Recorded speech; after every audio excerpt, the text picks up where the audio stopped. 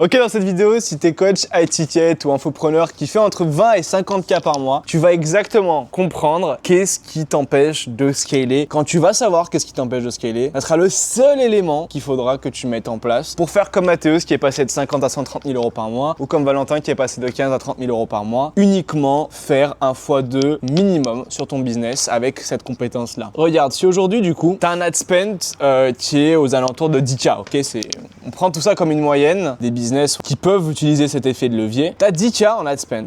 Tes prospects, du coup, en moyenne, tu vas avoir 1400, 1500 prospects chaque mois. Sur ces 1400, 1500 prospects chaque mois, tu vas avoir 83 appels réservés. Bien sûr, contrat l'auto de show up. Sur les 83 appels réservés, on sait que chaque prospect te coûte 7 euros. Mais chaque appel réservé te coûte 120 euros. Je vais vous montrer dans les trois scénarios, c'est exactement la même chose, il n'y a qu'un seul élément qui va changer. Du coup, le pourcentage de prospects qui va en appel, il est de 5,83%. Donc, dans ton cas aujourd'hui, le premier scénario, tu vas avoir 58 appels en call, donc 70% de taux de show-up, et tu vas du coup close que 15 clients, avec une offre qui est en moyenne à 3K pour LTV de clients, parce que tu peux avoir une offre à 1000, 1500, une offre à 3000, 5000 ou plus, mais entre guillemets, tu vas être dans ces tranches-là. Bien sûr, il y a les upsells ou pas derrière. Tu vas avoir un taux de close à 25%. Ce qui veut dire qu'aujourd'hui, tu as 58 personnes en appel, tu vas en closer 15, 25% de taux de closing. Ce qui fait que tu génères 43 750 euros. Tu payes les commissions de ton équipe, ok, à peu près 10%. Et en profit brut, après avoir tout payé, donc ads, équipe, sans compter les impôts, tu es à 29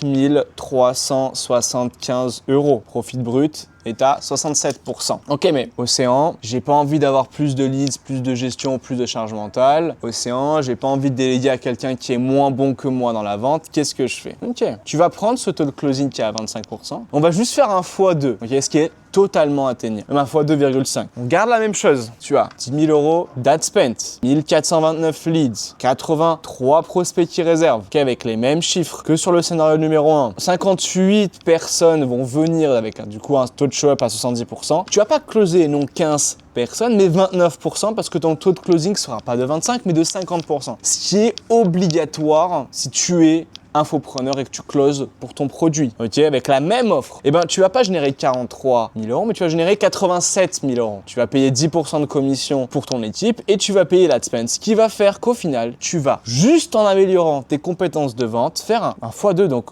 x2,5 même pour être précis, 68 750 euros de profit brut avant impôt. Donc on est passé de 67 à 78% de profit brut. Si aujourd'hui tu n'es pas dans le scénario au moins 2, c'est que déjà il y a un gros problème au niveau de tes compétences de vente et c'est pas normal. Maintenant, idéalement, et ça c'est totalement atteignable si tu améliores le closing et que tu améliores ton funnel, mais uniquement avec le funnel que tu as aujourd'hui, je peux t'assurer qu'en améliorant ton closing, tu vas pouvoir atteindre ces chiffres. On va garder le même ad spend, même nombre de prospects, même nombre d'appels réservés, etc., etc. On garde cette base de 68 appels pris dans le mois. Tu en closes 47 parce que ton taux de closing est, crois-moi, c'est totalement atteignable, est à 80%. Tu fais en cash 140 000 euros. Tu fais 140 000 euros, tu payes tes équipes 14 000 euros, donc 10%. Tu payes 10 000 euros en ad spend, ça te fait 24 000 euros de dépenses. Tu es à 116 000 euros de profit brut en améliorant une seule compétence, la vente. On passe d'un scénario où tu closes comme une merde, littéralement 25%, donc 25% de taux de closing. Tu fais juste un x4, ok,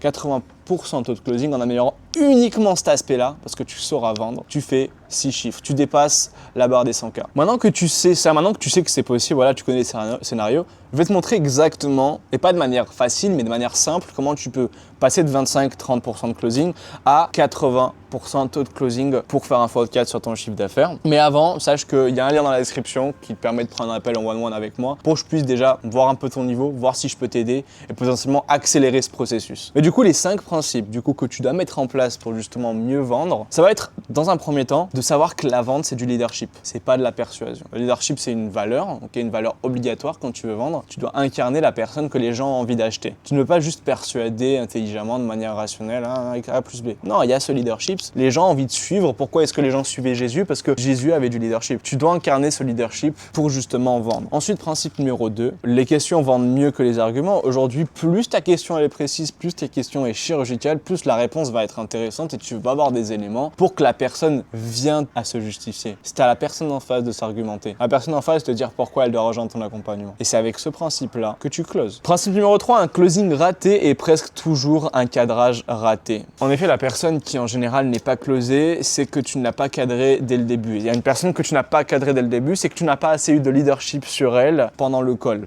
Parce qu'une personne qui ne connaît pas la direction, c'est une personne qui n'est pas guidée, c'est une personne qui a peur de passer avec quelqu'un. Parce que si aujourd'hui, tu n'es pas la personne qui va l'emmener vers les résultats souhaités, comment est-ce qu'elle veut te faire confiance si déjà pendant le call, tu n'arrives pas à cadrer, à dire on va dans cette direction-là. Principe numéro 4, les objections ne sont pas des murs, ce sont des signaux. Justement, à chaque fois que tu as une objection, il faut que tu sois en mode yes, j'ai une objection, je vais pouvoir enfin m'amuser. Parce qu'une personne qui dit je dois y réfléchir, une personne qui dit je dois en parler à quelqu'un, je l'explique dans une autre vidéo, mais c'est pas des objections, c'est des écrans de fumée. Mais prenons le cas d'une objection vraiment pure et dure, je n'ai pas assez d'argent, c'est trop cher, ça va pas être possible financièrement pour moi. Ok, on sait que c'est une question d'argent. La vérité, c'est que justement, c'est un signal, let's go, elle a pas assez d'argent. Elle a pas assez d'argent, c'est-à-dire, elle a pas assez d'argent sur son compte bancaire ou ça coûte trop cher pour ce que c'est. Parce que si aujourd'hui une personne ne voit pas la valeur perçue, c'est que tu lui as mal creusé les douleurs ou l'urgence ou les désirs de l'importance de passer à l'action avec toi, non pour être accompagné, mais pour obtenir tel résultat. Si elle n'a pas l'argent,